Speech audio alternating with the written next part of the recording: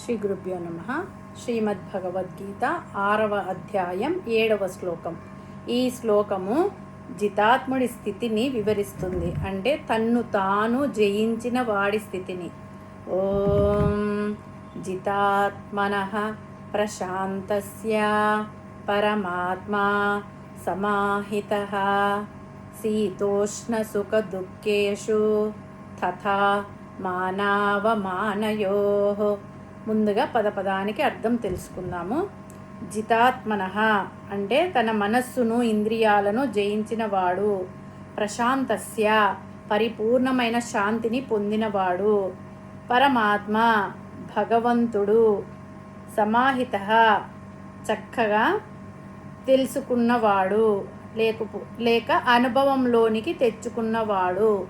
శీతోష్ణ సుఖ దుఃఖేషు చలిని ఎండని సుఖాన్ని దుఃఖాన్ని.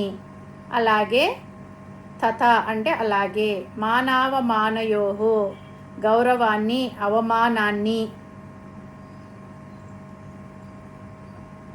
తాత్పర్యం ఏమంటే ఎవరైతే తన మనస్సును అదుపులో పెట్టుకుంటారో అటువంటి వారు ఎల్లప్పుడూ ప్రశాంతంగా ఉంటారు.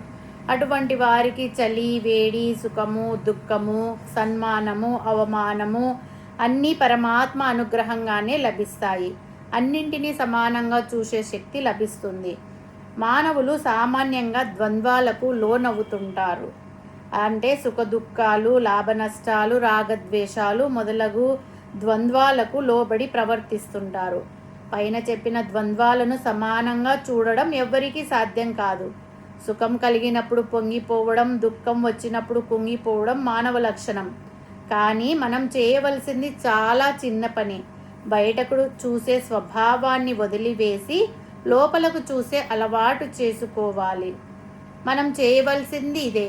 చాలా చిన్న పని. కానీ ఈ చిన్న పనే అందరికీ సాధ్యం కావడం లేదు.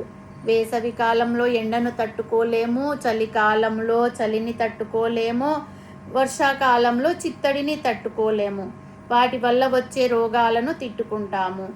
ఇలా ద్వంద్వాలకు లోబడి ప్రవర్తించడం మానవ లక్షణం.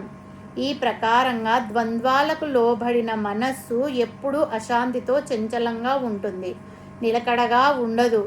అలా కాకుండా మనస్సును జయించిన వాడు, మనస్సును నిలకడగా ఉంచుకోగలిగిన వాడు ఎల్లప్పుడూ ప్రశాంతంగా ఉంటాడు. అతనిని ఏది ప్రభావితం చేయలేదు. సర్వకాల సర్వావస్థల యందు సంతోషంగా ప్రశాంతంగా నిర్వికారంగా ఉంటాడు. పెద్ద కొండను ఎంత గాలి వచ్చినా చెలింప చేయలేదు. అలాగే మనస్సును జయించిన వాడికి ద్వంద్వాలు ఏమీ చేయలేవు. అతడు నిశ్చలంగా ద్వంద్వాలకు అతీతంగా పరమశాంతితో ఉంటాడు. కాబట్టి ప్రతి వారు అభ్యాసము చేత వైరాగ్యము చేత వివేకముతో మనస్సును తన అదుపులో పెట్టుకోవడానికి ప్రయత్నం చేయాలి. అందుకే పరమాత్మ సమాహితః అన్నారు.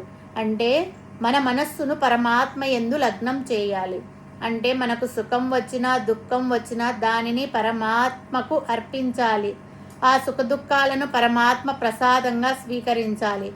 అప్పుడే మన మనస్సు అదుపులో ఉంటుంది, ప్రశాంతత లభిస్తుంది, అన్నిటినీ సమానంగా చూసే శక్తి లభిస్తుంది.